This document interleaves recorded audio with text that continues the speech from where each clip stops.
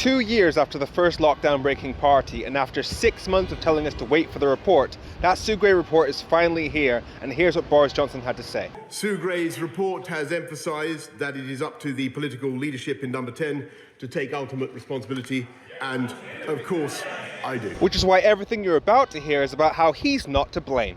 Over a period of about 600 days, gatherings on a total of 8 dates have been found to be in breach of the regulations. Translation: I don't know about the rest of the country, but lockdown was like really long for us, so of course we're going to have a few parties. In a building that is 5,300 metres square, across 5 floors. In other words, I can't manage one building full of people that work for me, and that's why you should let me keep running the country. I briefly attended such gatherings to thank them for their service, which I believe is one of the essential duties of leadership. No. Sue Gray's report said that it was because senior political figures like yourself attended those parties that junior civil servants thought it was okay to keep partying after you'd gone. In fact, she put the law breaking down to a failure of leadership, not one of its essential duties. It's part of my job to say thank you to people who work in government. Oh, so did the rules allow everybody to have leaving drinks? No.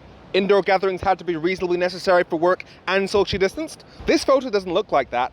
I had no knowledge of those subsequent proceedings because I simply wasn't there. That when I said, I came to this house and said, in all sincerity, that the rules and guidance would be followed at all times, it was what I believed to be He's true. arguing that because those leaving drinks turned into full-on parties after he left, he can't be held responsible, and that's why he felt he was telling the truth when he said that all rules were followed. Now, for starters, indoor gatherings were banned, not specifically parties, so those gatherings were illegal when Boris Johnson attended them. Secondly, almost all the events that Boris Johnson attended were after the scandal over Dominic Cummings going to Barnard Castle. So if you were Prime Minister, knowing the damage that seeing politicians breaking the rules does to the public's willingness to follow them, if you saw even a single social event in Downing Street, you would rain down hellfire. You wouldn't just drink up and leave. When people are working very hard together, day in, day out, that it can be difficult to draw the boundary, Mr. Speaker, between work and social life. You're right, you were the only ones working during the pandemic. The doctors, nurses, scientists,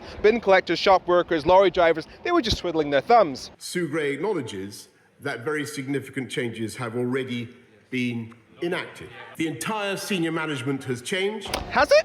Because Sue Gray acknowledges the need for disciplinary action, but says that the high-ranking politicians who attended those parties should bear the brunt of that disciplinary action, and yet you refused to resign. Week after week, he could have come to this house and talked about the economy, about Ukraine, about the cost of living. Time after time, he chose to focus on this issue. The first lockdown-breaking party was 2 years ago this week.